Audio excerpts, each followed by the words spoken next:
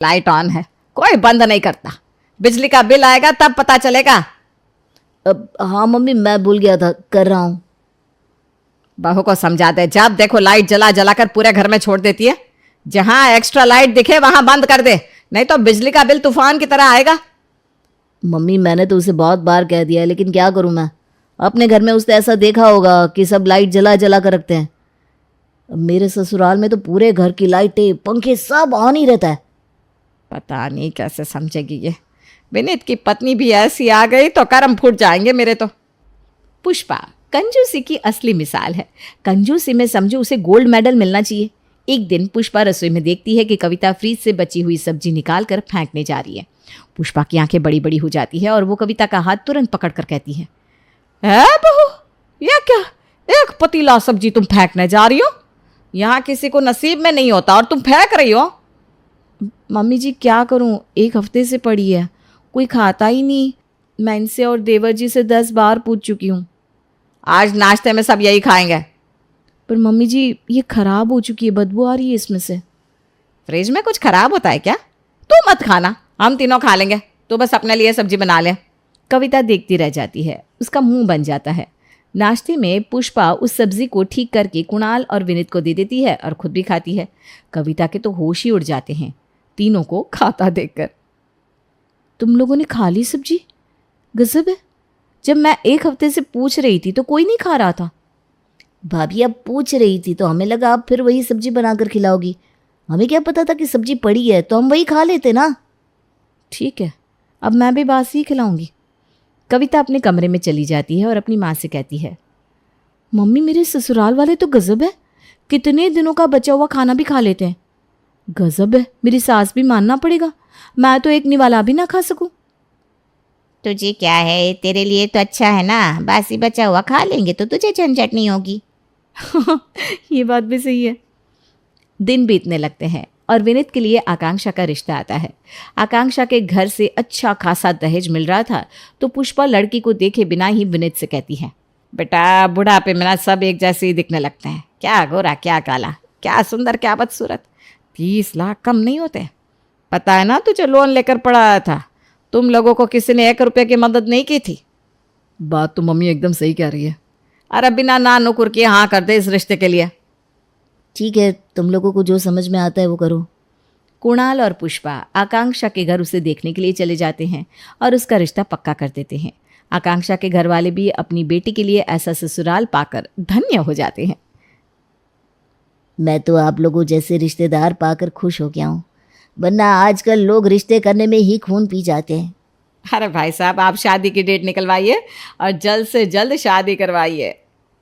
1 महीने में आकांक्षा और विनीत की शादी हो जाती है। शादी के पहले दिन आकांक्षा की पहली रसोई होती है और पुष्पा आकांक्षा से कहती है, आकांक्षा आज तेरी पहली रसोई है, तो नाश्ते में बचा कुचा खाना खाकर ही काम चला लो, और तुम ना सीधे दोपहर की रसोई ही चढ़ा दो। ठीक है मम्मी जी। मम्मी जी चाची जी और अगल बगल के कुछ लोगों को बुला ले क्या खाने पर? पुष्पा मन ही मन सोचती है, जितने लोग आएंगे उतना राशन भी तो लगेगा, लेकिन ये बात बोलूँ कैसे इन दोनों को? अरे कोई ज़रूरत नहीं है किसी को बुलाने की, आकांक्षा बेचारी का पहला दिन है, वो कितने ही लोगों का खाना बना पाएगी। नहीं मम्मी जी, मैं आकांक्षा की मदद कर दूंगी ना। पहली रसोई अकेले ही बनाई जाती है, ऊपर से इन लोगों ने हमें बुलाया था क्या? हैं? जाओ आकांक्षा, तुम जाकर रसोई में खाना बनाना शुरू करो। हाँ अच्छा, मैं बता देती हूँ इसे कहाँ क्या पड़ा है और कितना बनाना है। बहू तू जाकर आराम कर, कल की थकी होगी, मैं बता दूंगी। ठीक है मम्मी जी, थकी तो मैं बहुत हूँ। कभी आकांक्षा गाजर का हलवा बनाने के लिए कढ़ाई में घी डालती है। इतना घी देखते ही पुष्पा का तो कलेजा फट जाता है। वो तुरंत कढ़ाई से आधे से ज़्यादा घी निकाल कर कहती है, इतना घी डालोगी बहू? इतने में तो 2 बार गाजर का हलवा बन जाए। हाँ, हम लोग ना घी कम खाते हैं, हार्ट का प्रॉब्लम है ना मुझे, हार्ट का। हाँ अच्छा ठीक है मम्मी जी। पुष्पा हर चीज़ में से तेल घी सब कम करवाती जाती है। खाना बन जाता है, पुष्पा आराम से जाकर बैठ जाती है और आकांक्षा सबको परोसती है। आकांक्षा विनीत की थाली में सब्जी ज़्यादा डालती है। पुष्पा इतनी सब्जियां देखकर अपनी जगह से उठकर खड़ी होती है और उसकी थाली में से सब्जियां निकालने लगती है। हे बहू, तू इतनी सब्जी डालेगी तब तो हो गया। 2 बार का खाना एक ही बार में परोस देगी क्या? बेकार में बर्बाद हो जाएगा। मम्मी जी मुझे लगा जितना लेना होगा ये लोग बोलेंगे ना, इन्होंने ना नहीं बोला, वेस्ट क्यों होगा, मैं खा लेती इनकी थाली से। जो भी हो बहू, पूछ पूछ कर थोड़ा थोड़ा डाला कर।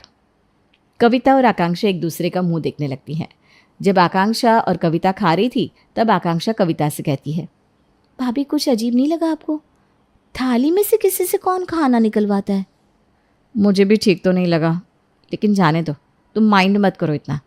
मम्मी जी का बर्थडे है कल, तो उनका बर्थडे हम जोरदार सेलिब्रेट करते हैं, कैसा रहेगा? हाँ भाभी ये ठीक रहेगा। हम दोनों की शादी के बाद ये उनका पहला बर्थडे है, तो उनको लगना चाहिए ना कि उनकी अब 2 बहुएं हैं। कविता और आकांक्षा बर्थडे की प्लानिंग करने लगती है। दोनों मिलकर सबको इनवाइट करती हैं। अगले दिन सुबह पहले से पुष्पा को सत्संग में भेजकर डेकोरेटर वाले को बुलवाकर घर सजवाने लगती है और खाने वाली को बुलाकर खाना भी बनवाने लगती है। शाम को सारे गेस्ट आ जाते हैं। कुणाल पुष्पा को सत्संग से लेकर आता है। पुष्पा घर का दरवाज़ा खोलती है और सब ताली बजाते हुए कहते हैं, happy birthday to you, happy birthday to you, happy birthday to you, happy birthday to you. इतने लोगों को एक साथ देखकर पुष्पा सोचती है, क्या करूं है भगवान, ये बहू है तो मुझे लुटवा कर मानेगी। अभी ही तो शादी में इतने लोगों को खिलाया है और अभी फिर से ये लोग इतना खर्च करवा रही है। इतने लोगों का खाना तैयार कर दिया। कुछ बोलूँगी तो इन्हें लगेगा कि मैं कंजूस हूँ। इससे अच्छा है कि बेहोश होने की एक्टिंग कर। क्या हुआ मम्मी आपको? पुष्पा बेहोश हो जाती है, जिसे देखकर सब गेस्ट डर जाते हैं और वापस अपने अपने घर चले जाते हैं। इधर आकांक्षा और कविता भी डर जाती हैं। क्या हो गया मम्मी जी, अब क्या करें? डॉक्टर को बुलाकर दिखाना होगा। विनीत आप डॉक्टर को कॉल करो फटाफट। तुम दोनों बाहर देखो, हम दोनों भाई मम्मी को देखते हैं। बहुओं के कमरे से जाने के बाद पुष्पा उठ जाती है। कोई डॉक्टर को बुलाने की जरूरत नहीं है, अभी इतना खर्चा कर दिया, फिर डॉक्टर ले लेगा सो अलग से। मम्मी आपको कुछ हुआ नहीं है? कुछ नहीं हुआ है, लेकिन मैं क्या करती, तुम दोनों की बहुएं घर लुटवाने में जो लगी हैं। अरे हम तो डर ही गए थे, हार्ट अटैक तो नहीं आ गया?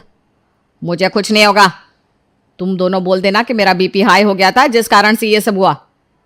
कुणाल आकांक्षा और कविता से कहता है, मम्मी अभी ठीक है, थोड़ी देर में केक कट कर लेते हैं, फिर हम खाना खा लेंगे। लेकिन मम्मी जी को हुआ क्या था? कुछ नहीं हुआ था, बस बीपी हाई हो गया था उनका। बेकार में, मैं कोई बच्ची थोड़ी हूँ, मेरी उम्र हो गई है, मेरे लिए ऐसे कोई प्लान मत बनाया करो। हमें क्या पता था मम्मी जी। चलो सब खाना खा लो। और इतने खाने का क्या करोगी तुम लोग? 3-4 दिन तक यही खाना चलेगा, खाना फिर से मत बनाना तुम दोनों। हाँ इतना खाना फेंकोगी क्या? सब खा पी लेते हैं और वही खाना पूरे 4 दिन तक चलता है। इसी तरह दिन बीतने लगते हैं। धीरे धीरे बहुओं को भी समझ में आने लगता है कि उनकी सास कंजूस है। एक रोज़ कविता और आकांक्षा बाजार से आ रही थी और देखती है कि एक राशन की दुकान पर बहुत शोर हो रहा है। लगता है किसी कस्टमर ने पैसा नहीं दिया। कुछ दिखे तब ना भाभी, इतनी दूर से कुछ दिख भी नहीं रहा है। थोड़ी देर के बाद जब भीड़ खाली होती है तब आकांक्षा देखती है कि भीड़ में से उसकी सास जा रही है। भाभी ये तो मम्मी जी जा रही है, कहीं उन्होंने तो कोई लफड़ा नहीं किया? चल पूछते हैं उस राशन वाले से। दोनों देवरानी जेठानी उस राशन वाले के पास जाती हैं। दोनों को देखते ही राशन वाला कहता है, पैसों की कोई कमी नहीं है भाभी जी आपके घर में, फिर भी आपकी सास इस तरह से क्यों करती है? कोई भी सामान वो 1 पाव से ज़्यादा लेती नहीं, उसमें भी ऐसे देखती रहती है जैसे पाव भर में हम चोरी कर लेंगे। 1 पाव में आता ही कितना है जो कोई चोरी कर लेगा? अभी 1 पाव चना लिए, उसमें भी 10 दाने देने के वक्त गिर गए तो इतनी लड़ाई की कि पूछिए मत, कंजूस नंबर 1 है।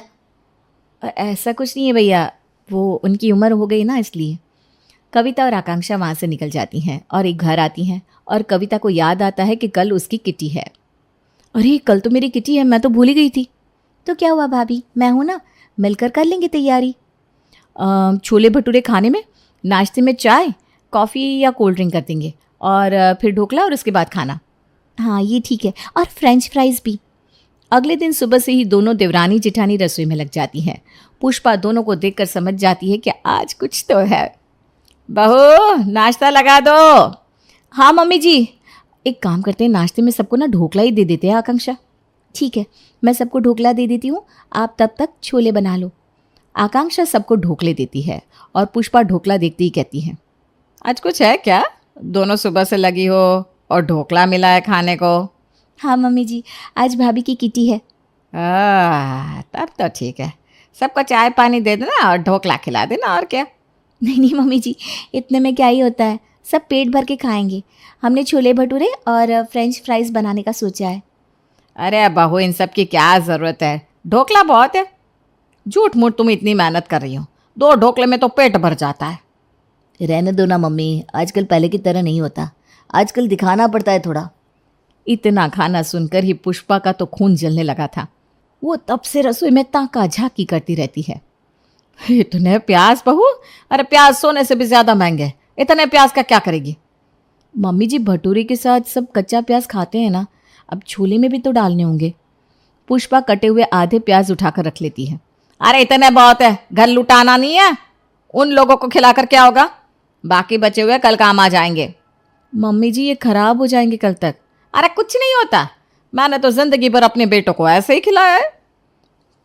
शाम को पार्टी शुरू होती है, सभी किटी मेंबर आ जाते हैं। पुष्पा वहीं सबके साथ जाकर बैठ जाती है। कविता और आकांक्षा का खून अंदर ही अंदर जलने लगता है और वो सोचने लगती है कि कहीं फिर उनकी सास कोई तमाशा ना कर दे। आकांक्षा सबको चाय, कॉफ़ी और फ्रेंच फ्राइज देती है। पुष्पा सबकी प्लेट में से आधे फ्रेंच फ्राइज निकाल लेती है। अरे इतना ये खा लेगी तो बाकी खाना कैसे खाएगी, हैं? ठीक कहा ना मैंने? जी जी बिल्कुल। कविता रसोई में जाकर आकांक्षा से कहती है, आकांक्षा तुम मम्मी जी को वहाँ से ले जाओ ना, हाथ कर रही है वो, सबकी प्लेट से खाना निकाल रही है। कैसे बचे हम ऐसी सास से। भाभी, बाथरूम से शैम्पू का डब्बा गायब करके 1 रुपए वाला पाउच रख दिया है मम्मी जी ने। इतनी भी कंजूसी ठीक नहीं है, इतना पैसा छाती पे लेकर जाएंगी क्या। हाउसी खिलकर फिर सब ढोकला खाते हैं। उसके बाद कविता सबसे कहती है, छोले भटूरे लगवा दूं? अरे बहू, इतना खाकर किस पेट में कोई छोले भटूरे खाएगी। गलत बोलो तो मेरे ज़ुबान पकड़ लेना। जी जी बहुत हो गया, कविता हम चलते हैं। हाँ जी, हमारा तो पेट भर गया। सब वहाँ से चली जाती हैं। सारे छोले भटूरे पड़े रह गए। हम खा लेंगे 2 दिन तक, इनको खिलाकर क्या होता। पुष्पा अपने कमरे में चली जाती है। इधर दोनों बहुएं चिड़चिड़ाकर लाल हो जाती है और कविता कहती है, आज कुणाल के आते ही मैं उसे ये सब बता दूंगी और कह दूंगी कि मैं अब तुम्हारी माँ के साथ नहीं रह सकती हूँ। पूरे घर के लाइट बंद कर देती है। भाभी लाइट तो छोड़िए, टमाटर उठाकर रख दिए मम्मी जी ने ताकि हम ज़्यादा यूज़ ना कर पाए, और नींबू भी छुपा दिए थे, किसी को भटूरे के साथ दे ही ना पाए। हद होती है यार। इतने में ही विनीत और कुणाल घर आ जाते हैं। विनीत कहता है, खुशबू तो बहुत अच्छी आ रही है, लगा दो फटाफट भटूरे। हाँ भाई, बाहर तक खुशबू आ रही है, खाना लगा दो। खाना नहीं मिलेगा। हमें मम्मी जी के साथ नहीं रहना। अरे ऐसा क्या हो गया भाई अचानक। देवर जी पूछी मत, मम्मी जी ने जीना हराम कर दिया है हमारा। आज तो उन्होंने हद ही पार कर दी किटी में। मेरी सहेलियों के प्लेट से खाना तक निकाल लिया और उनके सामने लाइट ऑफ करने लगी। राशन वाले से लड़ाई कर लेती है 2-4 रुपए के लिए।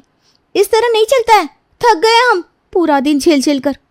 तुम दोनों कैसे बात कर रही हो, वो हमारी माँ है और तुम दोनों उनसे अलग नहीं हो सकती हो।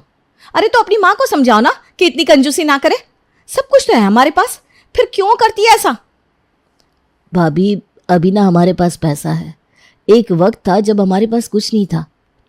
पापा ठेला लगाते थे सब्जी का, मम्मी दिन भर बाहर से पानी भर कर लाती थी और इतनी मुश्किलों से सब कुछ मैनेज करती थी। बहुत कम में मम्मी घर चला लेती थी। उस परिस्थिति में मम्मी ने हमें पाला है। पाला ही नहीं, हमें पढ़ाया भी है। मम्मी 1-1 रुपया बचाकर हमारी फीस भरती थी। एक साड़ी में पूरा साल निकाल देती थी। उनकी बदौलत आज हम इतनी अच्छी ज़िंदगी जी रहे हैं। तो तुमने पहले ये सब क्यों नहीं बताया? मम्मी ने इतना कुछ किया तो आपने पहले क्यों नहीं बताया?